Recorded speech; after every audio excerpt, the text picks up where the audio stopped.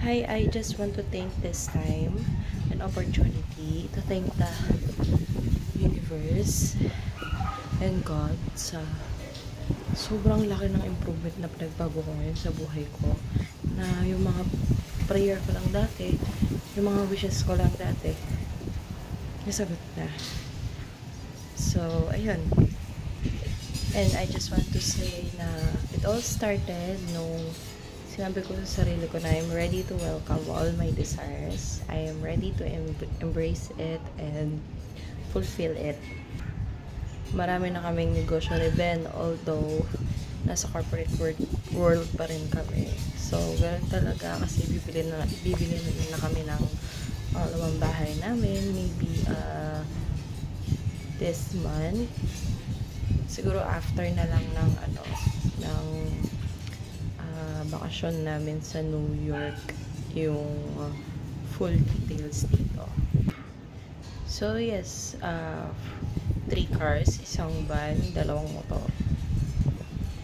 na dati pangarap lang namin, ngayon nasa amin na.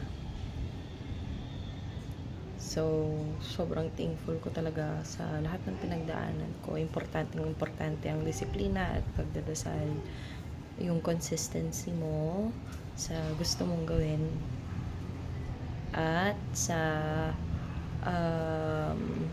pagiging matyaga mo sa lahat ng bagay. Ngayon kami na yung nakakapagbigay sa mga magulang namin, napapasyal na namin sila, natitreat na namin sila every time na gustuhin man namin or may free time. And si Fristel, ayun, nag-aaral na siya ngayon, medyo makulit na pero healthy pa rin. Healthy siya. Healthy siyang bata. Napakabibo niya. Magalang, mabait. Tsaka kinatutuan siya ng mga tao na-encounter niya.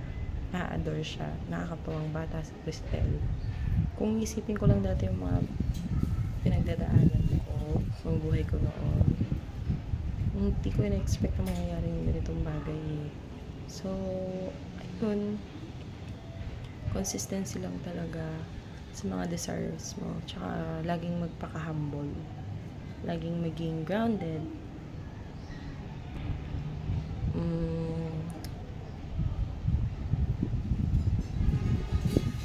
Sobrang lakas ng hangin. Ang sarap.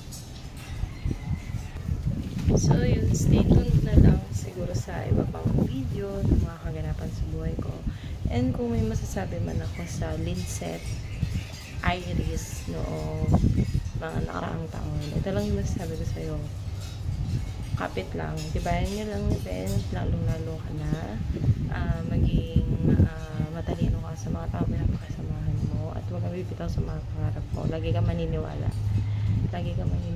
sa mga bagay na nakakabuti at ikakaganda, hindi lang ng sarili mo, pati ng mga ibang tao, pati ng karamihan. Huwag kang susuko kasi maabot mo yung mga pangarap ko.